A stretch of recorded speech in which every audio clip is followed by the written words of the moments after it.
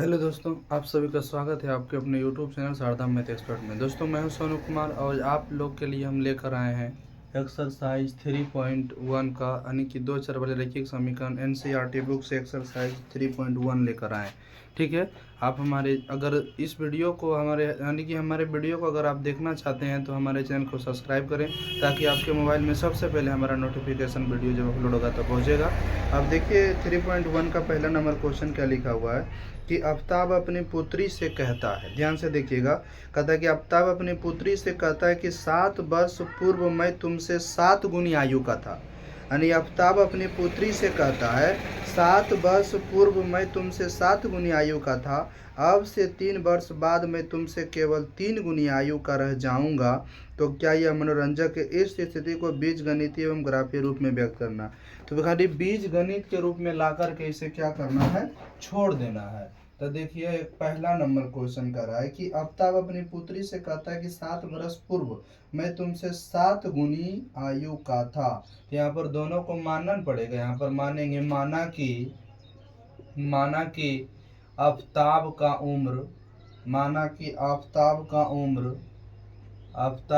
उम्र x वर्ष तथा उसके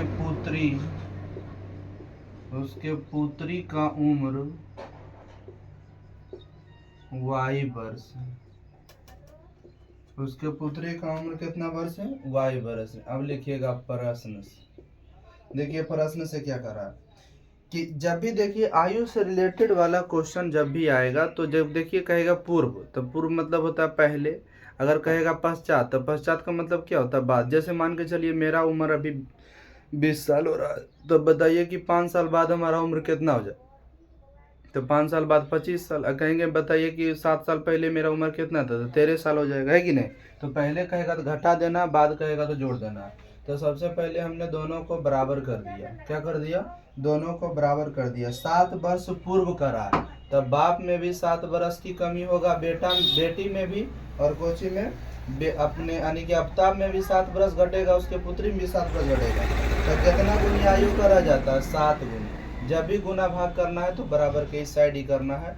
x माइनस 7 गुना y करेंगे 7y, और 7 कितना हो गया? 49। प्लस का 7y इधर आएगा, माइनस का 7y हो गया, माइनस का 49 और प्लस का 7। x माइनस 7y, 49 में से 7 घटाइएगा, माइनस का 42। समीकरण कितना हो गया? 1 हो गया। अब फिर यहाँ से देखिए तो पुनः प्रश्न से अबरी क्या कर रहा है क्वेश्चन की 3 बरस बाद। तो 3 बरस बाद कर रहा है तो दोनों जने कितना जोड़ेंगे? 3। दोनों जने कितना जोड़िएगा? दोनों जने 3 जोड़िएगा। बराबर तो करना ही, x बराबर y कर दिए, दोनों तरफ 3 जोड़िएगा। अब कितनी गुनी का रह जाएगा? तो 3 गुना का, तो गुना इधर करना है। तो x प्लस 3 बराबर 3y, या प्लस 3 दिया 9। अब देखिए यहाँ पर क्या हो जाएगा? x माइनस का 3y प्लस का 3 उधर जाएगा तो माइनस का 3 हो जाएगा। अब हो जाएगा x माइनस 3y बराबर 9 में से 3 या कितना हो गया? 6 हो गया। समीकरण बस इसी रूप में सिर्फ ला करके आपको क्या करना था? छोड़ना था। ठीक है, आप इसको एक बार लिखिए, फिर हम आपको क्या करते हैं, समझाने का प्रयास करते हैं। ठीक है, नीचे वाला नहीं दिख रहा है, देखिए नीचे वाला दिख गया आपको?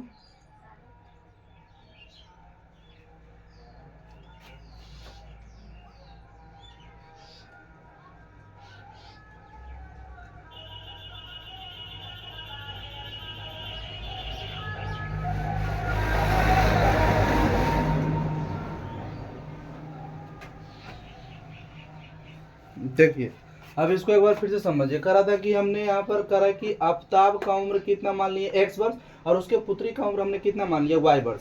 अब की करा है कि 7 बरस पहले आफ्ताब जो है अपने पुत्री का 7 गुनी था। तो ये पुत्री ये ना है, उसकी बेटी का उम्र ये, इससे कितना गुना है? 7 गुना। क्योंकि इधर गुना करिएगा तो कहीं ना कहीं पिता छोटा हो जाएंगे और यहाँ पर पुत्र या पुत्री बड़े हो जाएंगे, जो कि असंभव घटना है। ठीक है, तो x माइनस 7 गुना y 7y, 7 कितना हो गया? 49 हो गया। अब देखिए यहाँ पर से माइनस का 7 जरा या प्लस घट गया तो माइनस किया 42। सिर्फ इसे क्या करा था कि बीज गणितीय में ला करके इसे छोड़ देना है, यही आपका आंसर। अब देखिए बाद करा था 3 बरस बाद, तो 3 बरस बाद कहेगा तो बोले कि जब पहले कहेगा तो क्या करना है? घटा देना। अब बाद कहेगा तो क्या करना है? जोड़ देना। यानी पहले में आपको घटाना है और बाद में आपको क्या करना है? जोड़ना है। ठीक है, उतार लिए होंगे। ओकर बाद आते हैं दूसरा क्वेश्चन। दूसरा क्वेश्चन देखिए, दूसरा क्वेश्चन आपका कर रहा है कि 2 नंबर में लिखा हुआ कहता है कि क्रिकेट टीम के एक कोच ने 3900 रुपया में 3 बल्ला और 6 गेंद खरीदा। बाद में उसने एक और बल्ला तथा उसी प्रकार की 3 गेंद 1300 रुपये में खरीदी। इस स्थिति को बीजगणितीय तथा ज्यामितीय रूप में व्यक्त करना। तो यहाँ पर मानेंगे, माना कि एक बल्ला का कीमत 100 रुपया तथा एक गेंद का कीमत y रुपया, एक गेंद का कीमत y रुपया। अब देखिए जरा सा प्रश्न से क्या कर रहा है, तब हम यहाँ पर लिखेंगे प्रश्न से कि देखिए कर रहा है कि 3900 रुपया में 3 बल्ला और 6 गेंद खरीदा। तो देखिए एक बल्ला का दाम 100 रुपया, तो 3 बल्ला का कितना हो जाएगा, 3x हो जाएगा। उसके बाद कह रहा है कि 6 गेंद यानी कि एक गेंद का दाम y रुपया, तो 6 गेंद का दाम कितना हो जाएगा, 6y। आई दोनों मिलाकर टोटल 3900 रुपया अदा करना पड़ा। कितना 100 रुपया, 3900। इसको समीकरण 1 मानिए।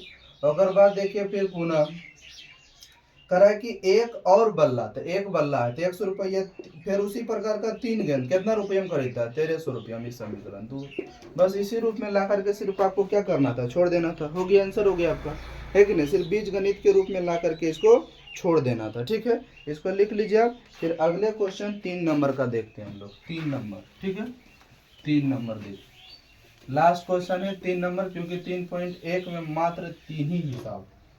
ठीक है, देखिए 3 नंबर देखिए, कह रहा है कि 2 केजी से और 1 केजी अंगूर का मूल्य। तो यहाँ पर मानना पड़ेगा सबसे पहले, माना कि 1 केजी सेव का मूल्य 100 रुपया तथा 1 केजी अंगूर का मूल्य y रुपया। ठीक है, तो अब देखिए 2 केजी सेव, प्रश्न से 1 केजी का दाम 100 रुपया, तो 2 केजी का 2x हो गया। और बाद 1 केजी अंगूर, तो 1y बराबर में कितना रुपया, 160 रुपया। समीकरण 1 होगी। और बाद देखिए पुनः प्रश्न से बाद में उसने क्या किया कि 4 केजी, 1 महीने के बाद 4 केजी सेव खरीदा, तो 4 केजी तो 4x। और फिर क्या किया, 2 केजी अंगूर खरीदा, तो 2y। अब बराबर में कितना हो जाएगा, 300। यही समीकरण 2 इसी तरह से क्या करना था, बनाना था सिर्फ आपका, इसी तरह से बीजगणितीय रूप में ला करके छोड़ना है। ठीक है, तो आपका चैप्टर ये खत्म हो गया। अब हम मिलेंगे अगले चैप्टर में। अगले चैप्टर आपका जो है 3.2, तो 3.2 में मिलेंगे। इसको लिख लीजिए। मिलते हैं अगले चैप्टर 3.2 के साथ। ठीक है, धन्यवाद।